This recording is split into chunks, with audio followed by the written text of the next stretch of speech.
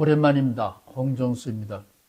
질문에 대한 답은 쉬운데 구독자들이 정신없이 세상 일에 바쁘기 때문에 제가 드리는 답변을 이해할 수 있을까 걱정하다가 어떻게 하면 쉽게 설명할 수 있을까 궁리궁리하다가 한 달이 걸렸는데도 결론이 나지 않았습니다.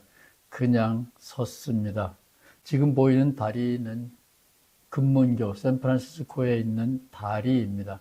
그 다리에는 교각이 2개 있습니다. 건너는 다리, 다리를 떠받치고 있는 다리, 교각. 단어는 같지만 뜻은 다르지요. 다리가 3개 있는데 첫 번째는 일관성이라는 다리입니다. 오늘 질문은 Y 선생님의 주신 5번째 질문인데 바로 이 일관성에 해당하는 겁니다. 구약 성서에 있는 하나님, 히브리 성경에서 말하는 여호와, 신약 성경에 있는 예수님의 아버지 하나님, 같은 하나님인가, 차이가 나는가, 다른 하나님인가, 그런 굉장히 심각한 질문입니다. 이 질문은 공부를 좀 하신 분은 쉽게 대답할 수 있지만 절대 다수의 크리스천들, 특별히 신앙이 돈독한 목사님들에게는 혼란을 줄 수 있는 질문이기 때문에 답을 어떻게 전달할까 궁리하는데 한 달이 걸렸는데 한 달이 더 지나도 해답이 없을 것 같아서 오늘 여러분을 뵙게 됐습니다. 첫 번째는 일관성인데 일관성에 대한 문제가 바로 구약에 있는 하나님과 신약에 있는 하나님이 같은 분인가 하는 질문입니다. 첫 번째 다리는 일관성, 두 번째 다리는 상관성입니다. 구약에 있는 하나님은 기적을 일으키는 능력의 하나님입니다. 오늘 우리들에게는 아무런 능력도 일어나지 않습니다. 상관성이라는 두 번째 다리가 있습니다. 세 번째 다리는 뭘로 믿든지 간에 그것을 믿으면 진짜든지 가짜든지 그것을 믿으면 오늘 우리들의 삶에 어떤 변화가 생기는가. 옛날에는 민생고에 시달리는 기아선상의 시간이었습니다. 절망에 있던 시간이었습니다. 그러나 지금은 복지 시대입니다. 이 제가 살고 있는 시골 동네만 해도 위기에 처한 가난한 사람 하나를 발견하면 면사무소 시청에다가 알려주면 시청 직원들이 면사무소 직원들이 고맙다 그러면서 달려와서 그분들에게 복지 혜택을 주는 전혀 다른 시간입니다. 저는 1960년대에 예수 믿기 시작했습니다. 1960년대 벽두에 지금 21세기와는 전혀 다른 시간입니다. 절망과 기아선상에 있던 시간과 지금은 골라먹는 시대, 복지를 생각하는 시대, 120세를 내려다보는 장수 시대, 자녀를 낳지 않아도 행복이 가득한 시대, 전혀 다른 시간에 우리는 살고 있습니다. 따라서 하나님을 믿으면 오늘 우리들에게 사건이 일어난다고 보고 오늘 우리들에게 일어나는 사건이 플러스적인지 마이너스적인지 우리 공동체를 풍요롭게 하는지 이 세상에 전쟁을 가져오는지 열매 3가지를 질문하는 것이 조직신학입니다. 조직이라는 단어는 잊어버리세요. 다시 중요하기 때문에 다시 강조합니다. 조직신학은 성경을 읽을 때 일관성이 있는가? 두 번째, 성경에 있는 것이 지금 여기에서 우리에게서도 오늘 사건으로 일어나는가? 상관성. 세 번째로 사건이 일어나는데 나와 내 가족, 우리 동네, 우리나라를 육성시키고 발전시키고 세계 평화, 지구촌의 평화, 녹색 평화에 도움이 되는가, 파멸을 가져오는가, 이 세 가지를 묻는 것이 조직신학입니다. 여러분들이 여기저기 유튜브 다른 신학 강좌를 많이 들으실 거라고 생각합니다. 따라서 제가 강의하는 이 조직신학 시간은 전혀 다른 시간입니다. 질문, 그것이 다릅니다. 해답도 당연히 다르겠죠. 꼭 기억해 주시면 고맙겠습니다. Y 선생님의 마지막 질문입니다. 삼위일체론은 이미 설명드렸습니다. 오늘은 히브리 성경, 구약 성경에 나와 있는 하느님, 야훼, 원래는 야훼라고 번역을 했는데 민영진 교수님 어머님이 야훼가 뭐냐? 교회당에서 예배드리면 안 되냐? 왜 맨날 야외에 나가서 예배를 해야 한다는 말이냐? 그래서 어렵게 야훼라고 하나님의 이름을 정정했다 그럽니다. 예수님이 말한 하나님과 히브리 성경에서 말하는 야훼는 같은 분인가 굉장히 중요하고 어려운 질문을 오늘 풀어나가겠습니다. 지난 시간에 강의 요점을 정리합니다. 삼위일체에 대한 질문이 있죠. 기득권자들은 삼위일체가 뭔지 설명하지도 않으면서 저놈 이단자야 그러고 싶을 때 상대방을 공격하고 쫓아내는, 죽이는 도구가 바로 삼위일체입니다. 따라서 삼위일체를 안 믿는 기독교인들도 무시하면 안 됩니다. 오히려 삼위일체를 믿는다고 고백하는 사람들보다 더 정직한 신앙인일지도 모릅니다. 따라서 성부, 성자, 성령을 믿는다. 그 단어를 사용하는 것과 성부, 성자, 성령이 하나다. 셋이 하나다. 이렇게 믿고 고백하고 주장하는 것은 전혀 다른 문제입니다.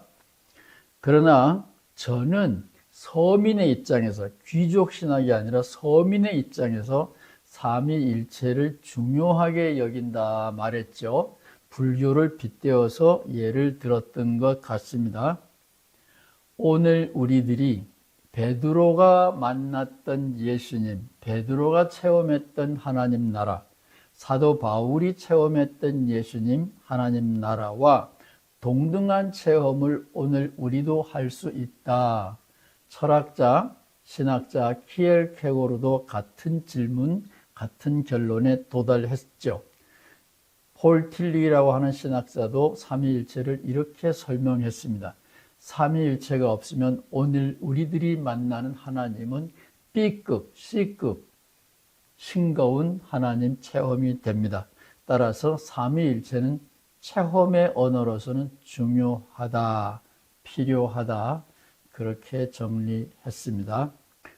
정직한 신앙을 찾아가는 참새 예수의 조직신학 교실은 하나님, 구약에 있는 하나님과 신약에 있는 하나님이 같은가 다른가를 질문하려고 하는데 이 질문이 나온 배경은 바로 이 야고보서와 같은 신앙 고백이 있기 때문에 그렇고 여러분 교회의 목사님들은 이 이야기를 잘 알고 있습니다. 하나님 아버지는 변함이 없으시다. 변함이 없는 하나님. 찬송가에도 있습니다. 변찮은 주님의 사랑. 변함없으신 영원 불변하신 진리의 하나님. 예, 영원 불변하다, 변함이 없다라는 말은 하나님의 진실한 사랑, 하나님의 신실성, 부모가 자녀를 사랑할 때 갖는 마음과 같은 거다 이렇게 이해하시면 되겠습니다. 비유적인, 유비적인 말입니다. 부모가 자녀를 사랑하지만 때로는 맛있는 것을 주고 때로는 아픈 채찍을 주기도 합니다. 겉으로 보면 다르지만 속마음은 목표하는 것은 같으다. 그것이 하나님은 불변하시다라는 말의 뜻입니다. 그런데 우리에게는 지금 예수 그리스도의 십자가라는 끔찍한 사건이 있습니다. 이 끔찍한 사건 앞에서 하나님이 구약에 있는 하나님과 신약에 있는 하나님이 동일한가? 이런 질문이 나오는 거죠. 이 십자가 때문에 더욱 심각해지는 겁니다. 성경을 대충 읽어 드리려고 합니다. 여기에 굉장히 작은 글씨로 여러분에게는 보일 텐데 이것을 화면을 캡처해 놨다가 서서히 천천히 보시면 도움이 될 것입니다. 누가복음이 이 문제를 잘 정리해 주었습니다. 누가복음에만 있다라는 얘기는 아닙니다. 십자가를 누가복음은 어떻게 바라보았느냐? 복음서가 4권이고 복음서 이외에 다른 신약 성경도 있죠. 신구약 성경에 하나님이라는 단어가 대충 4,000번쯤 나오고 구약 성경, 우리가 가지고 있는 구약 성경과 신약 성경을 합치면 66권이 됩니다. 따라서 구약에 있는 하나님과 신약에 있는 하나님이 같은가? 이 질문은 사실은 불충분한 질문입니다. 하나님이라는 단어가 4,000번이나 나오는데 그 4,000번 등장하는 하나님이라는 말이, 색깔이, 하나님의 기능이, 하나님의 얼굴 표정이, 하나님이 좋아하는 식사가 동일한가? 이렇게 물어야 되는데 66권의 신구약 성경에 의하면 다 다르다. 동일하면 쓰지 않았겠죠. 마태, 마가, 누가, 요한, 바울, 요한서신, 베드로서신, 히브리서신, 요한계시록 전부 다 하나님이라는 말을 쓰고 있고 예수님을 그리고 있지만 다 다르다. 일단은 질문자는 이 점을 기억하셔야 됩니다.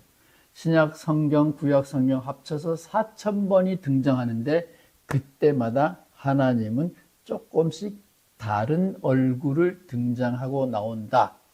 따라서 구약 성서의 하나님과 신약 성서의 하나님이 같은가? 아니죠. 다릅니다.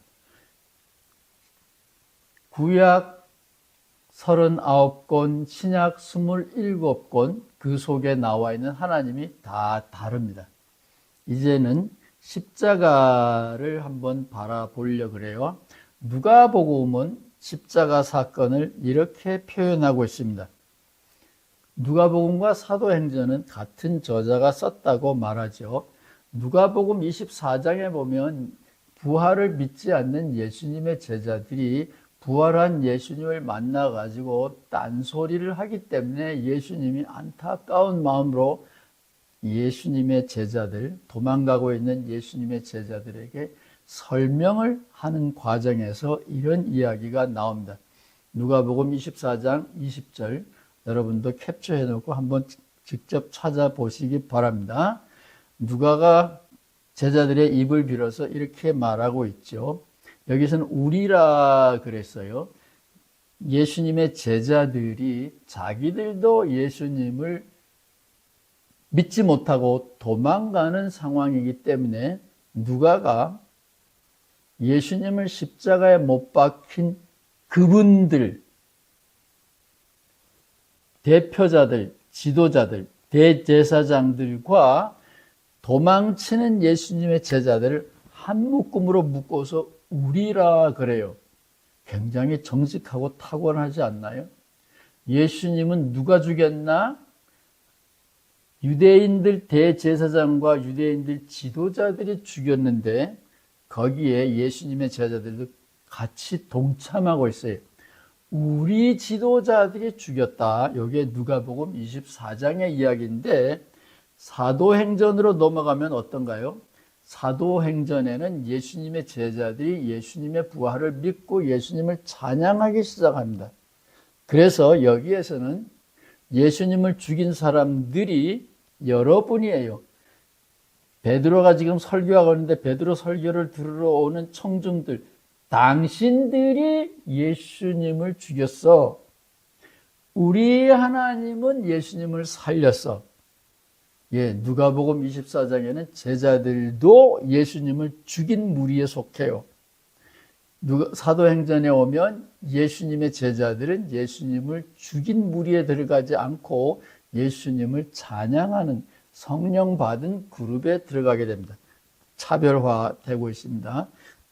기억하시기 바랍니다.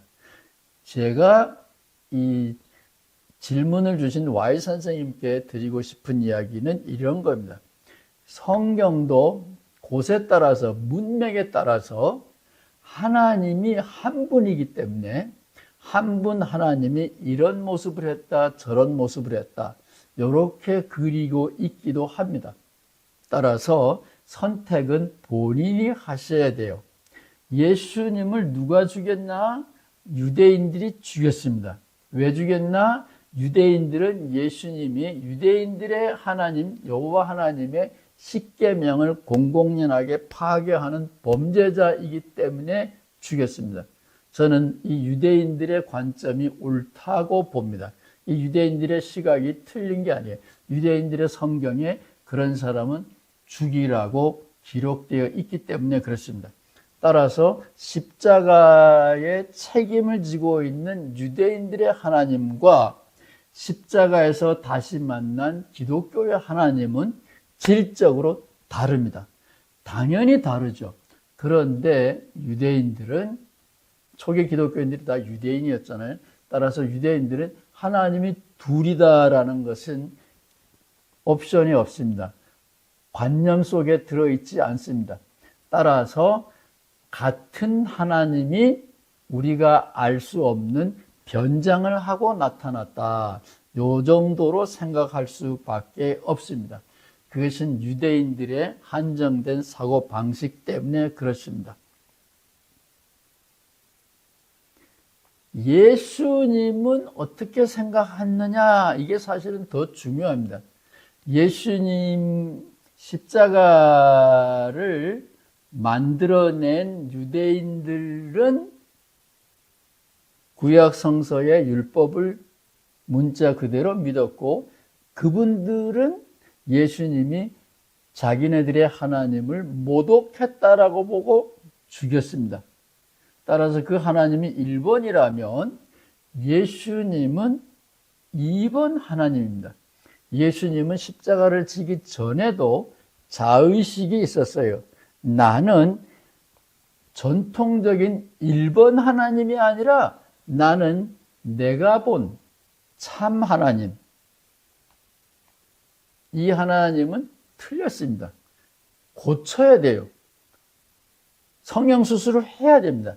그래서 이 하나님을 전적으로 부정하는 것이 아니라 하나님을 근본적으로 심장을, 브레인을 수술하고 바꾸어서 새로운 얼굴의 하나님을 나는 말하고 있다.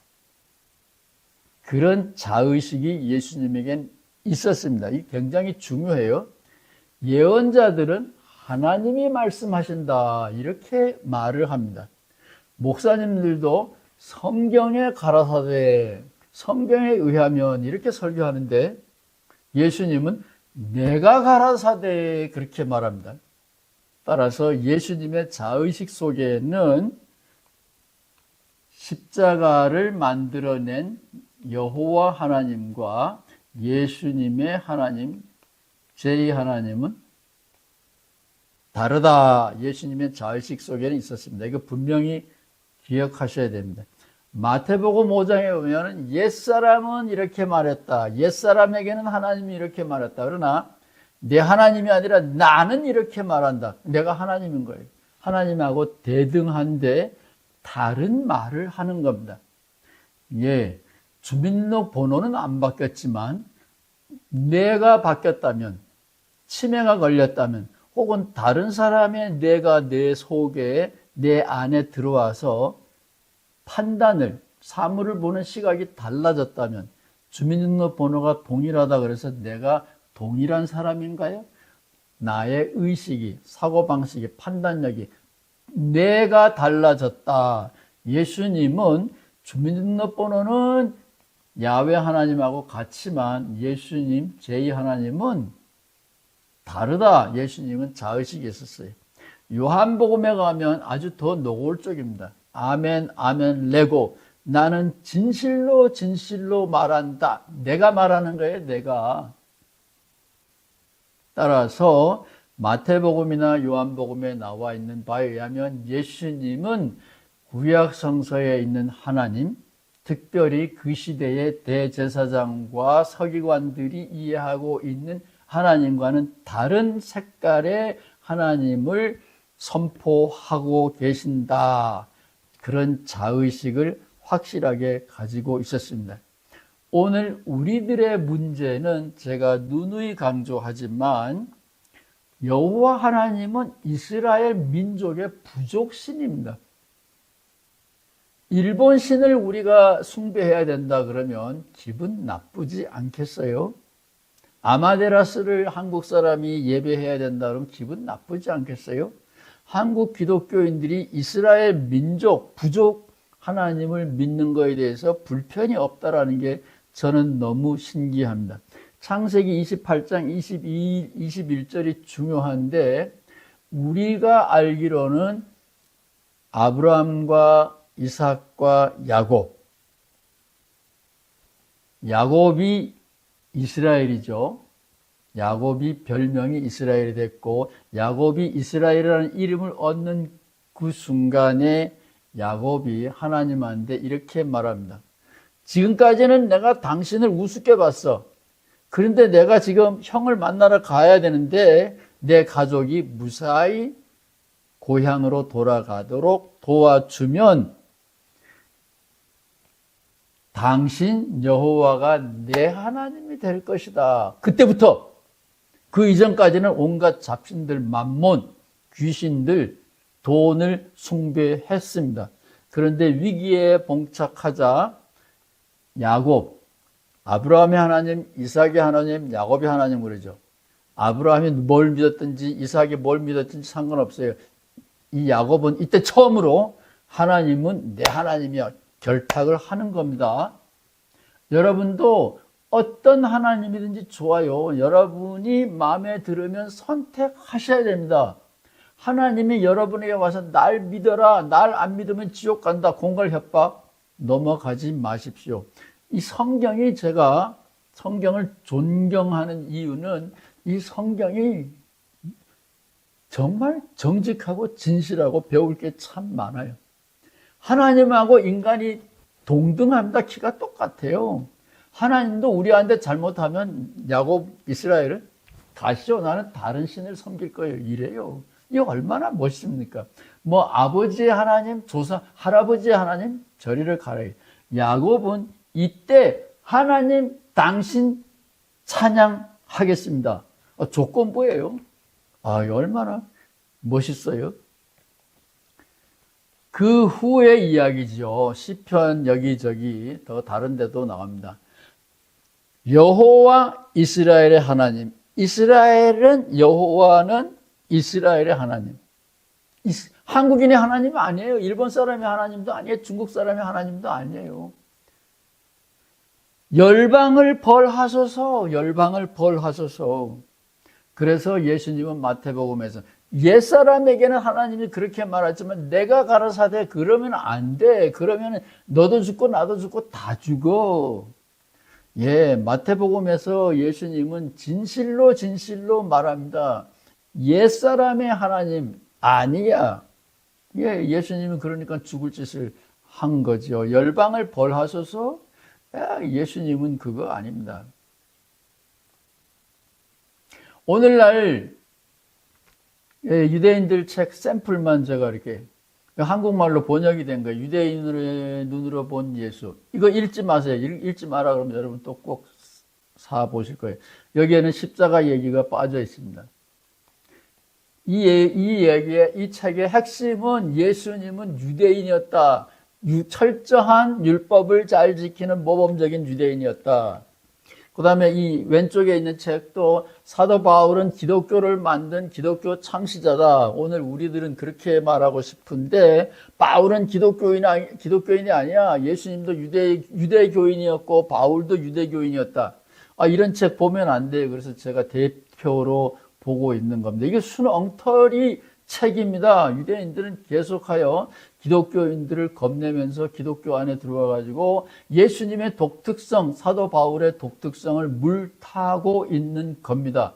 다시 말하면 기독교 안에도 또 기독교에 들어온 유대교 신학자들도 예수님의 독특성, 기독교의 독특한 힘을 말살하고 있는 겁니다. 조심하셔야 돼요. 고난받는 사람들, 유대인 안에도, 이스라엘 안에도, 한국 안에도, 소련 안에도, 미국 안에도, 전 세계 어디서든지 고난받는 사람들은 시편에도 있습니다. 하나님은 안 계신다. 시편에 계속 나옵니다. 시편의 절규, 아우슈비츠 히틀러 때에 3년 동안에 처형된 600만 명의 아우슈비츠 희생자들 그 후손들은 지금도 절규합니다. 하나님은 어디 계시냐고. 전능자 하나님은 안 계십니다. 시편에도 많이 나옵니다. 하나님은 안 계신다. 그랬을 때 하나님은 안 계신다 이러면 내 삶이 운영이 되지 않기 때문에 이방인들, 자기네들을 지배하는 페르시아 사람들의 생각을 빌려옵니다. 오늘 친일파들이 일본 기술을 배워가지고 우리가 부강해지자 그러는 친일파들이 있듯이 기독교와 구약 종교 사이에 페르시아라고 하는, 한국으로 말하면 그 일본 사람들에게 좋은 점을 배워가지고 기독교가 탄생했는데, 그것이 바로 죽은 다음에 하나님이 우리를 보상해 준다라는 건데, 이거는 말하자면 친일파, 일본 문화를 기독교인들이 받아들인 거다 이렇게 생각하면 돼요. 유대인들과 기독교인들 사이에, 그 사이에 중간기에 사후 보상을 해주는 신이라는 페르시아 종교, 조로아스터 종교의 신앙이 들어왔는데, 그것은 바로 고난받는 사람들은 하나님이 전지전능하다라는 것을 받아들일 수 없었기 때문에 그런 거고, 그 후에 예수님이 오신 겁니다. 지존하신 높으신 하나님에게 사후 보상은 아니더라도 이사야 예언자는 전혀 다른 성격을 부여합니다. 이사야서를 잘 보면 창세기에 나와 있는 빛을 만드신 하나님, 야고보서에 나와 있는 빛의 하나님이 아니라 어둠도 만들었다라는 기분 나쁜 이야기가 이사야서에는 나옵니다. 사후에 보상을 준다라는 것은 하나님은 빛의 하나님인데 지금은 능력이 없어서 기다리면 빛의 하나님을 너희들이 만나게 될 거다라는 거고, 이사야서는 그게 아니야.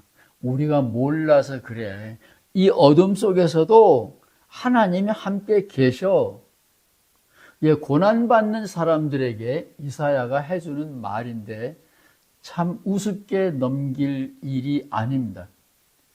어떤 사람은 옆에서 호의호식하면서 잘 먹고 잘 사는데 나와 내 가족, 내 자녀는 신음하면서 비명을 지르면서 굶어 죽어가고 있는데, 이사야가 하는 말이 뚱땅거리는 저 잔치집 풍악 들리지?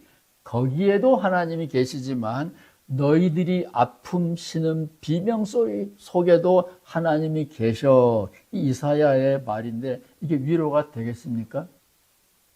마음대로 하십시오.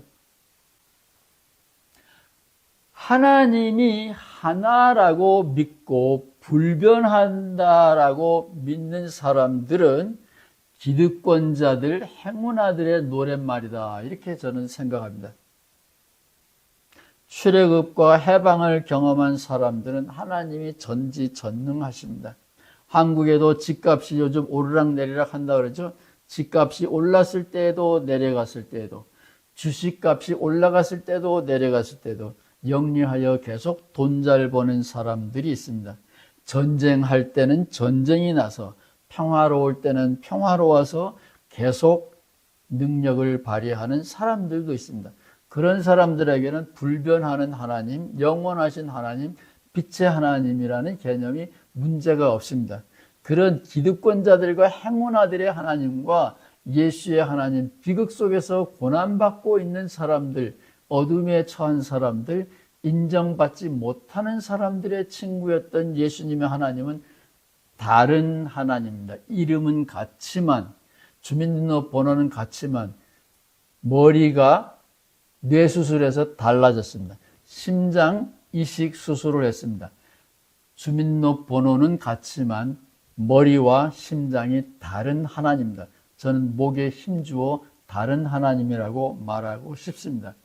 유대인들의 음모는 지금도 계속되지만 저는 그렇게 믿습니다.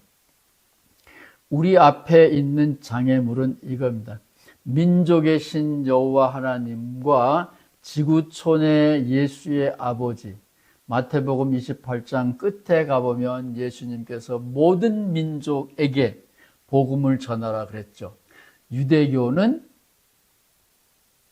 우리를 전도할 수 없죠. 우리가 유대인 이스라엘 신민이 될 수는 없습니다.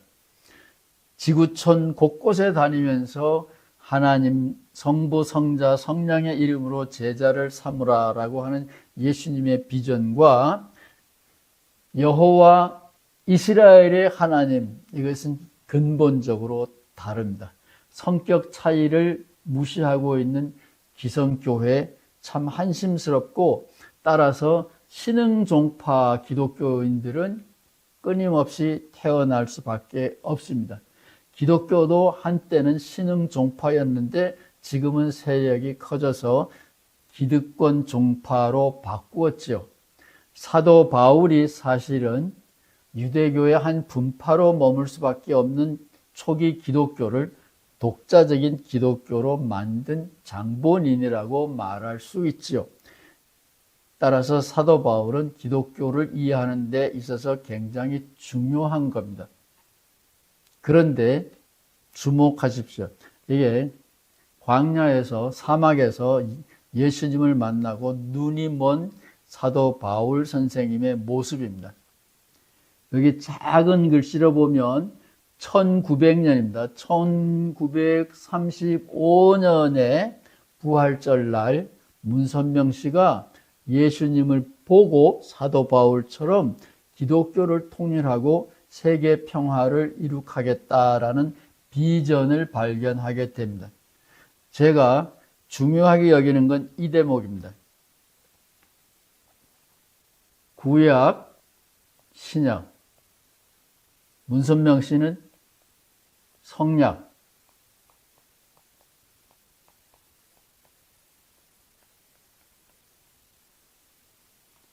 구약도 지나갔습니다. 버린다라는 얘기는 아니에요. 한계가 있다라는 말이다.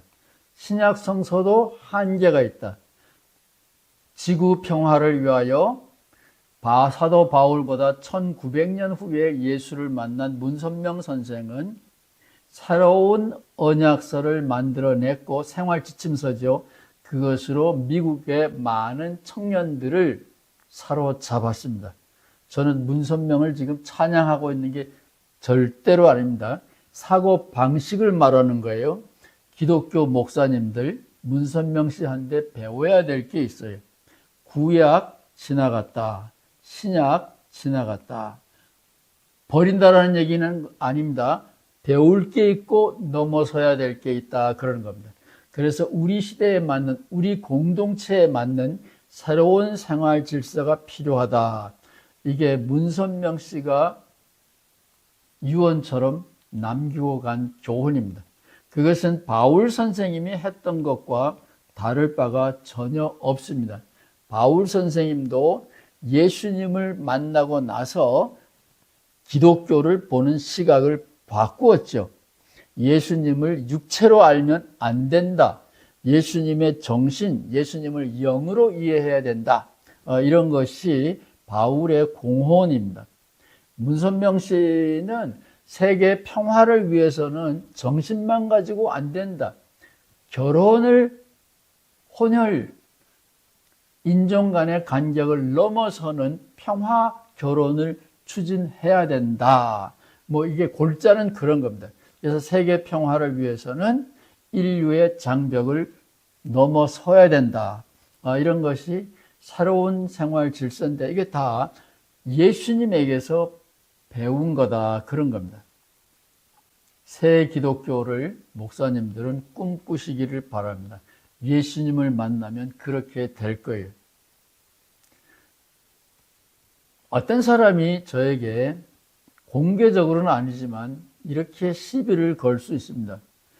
야, 뭐 너는 기독교에서 쫓겨났으면서도 아직도 기독교 얘기하냐? 무종교, 종교 없는 시대, 이런 거 얘기하면 안 되냐? 뭐 넌 아직도 예수 얘기하고 종교 얘기를 하냐? 요한계시록도 봐라. 요한계시록은 이 교회가 하나도 없어지는 거 아니냐? 보네포 봐라. 세속도시, 이제 하나님 없이 우리가 책임지는 세속도시가 온다고 말하지 않았나? 뭘 너는 자꾸 잠꼬대 같은 얘기를 하냐? 구닥다리냐? 예, 저는 참새 예수의 나라, 참새 예수님의 비전이 이 땅에 이루어지기를 꿈꾸며 삽니다. 왜 그런지는 기회가 되면 조금씩 나중에 설명드리겠습니다. 참새 예수의 주신학 교실에서 다룰 다음 시간 질문은 첫 번째, 원래 처음 제가 받은 질문지에 나와 있는 15번째 질문을 다루려고 합니다. 성경의 기적이 지금도 일어나나요? 예, 이 질문을 바꾸어서 다루려고 합니다. 성경이 말하는 기적은 무엇인가요? 그런 기적이 오늘날도 일어나나요? 성경의 기적, 그러면 오늘 현대인들이 생각하는 기적을 말할 수 있기 때문에 그게 아니고 성경이 말하는, 특별히 신약 성서가 말하는 기적이 무엇인가? 그 기적이 오늘 우리도 체험할 수 있는 일인가요? 체험할 수 있다면 난리 날 거고, 체험할 수 없다면 예수님은 사기꾼이 되는 거고, 골동품이 되는 거고, 이래도 문제고 저래도 문제고. 다음 시간에 뵙겠습니다. 감사합니다.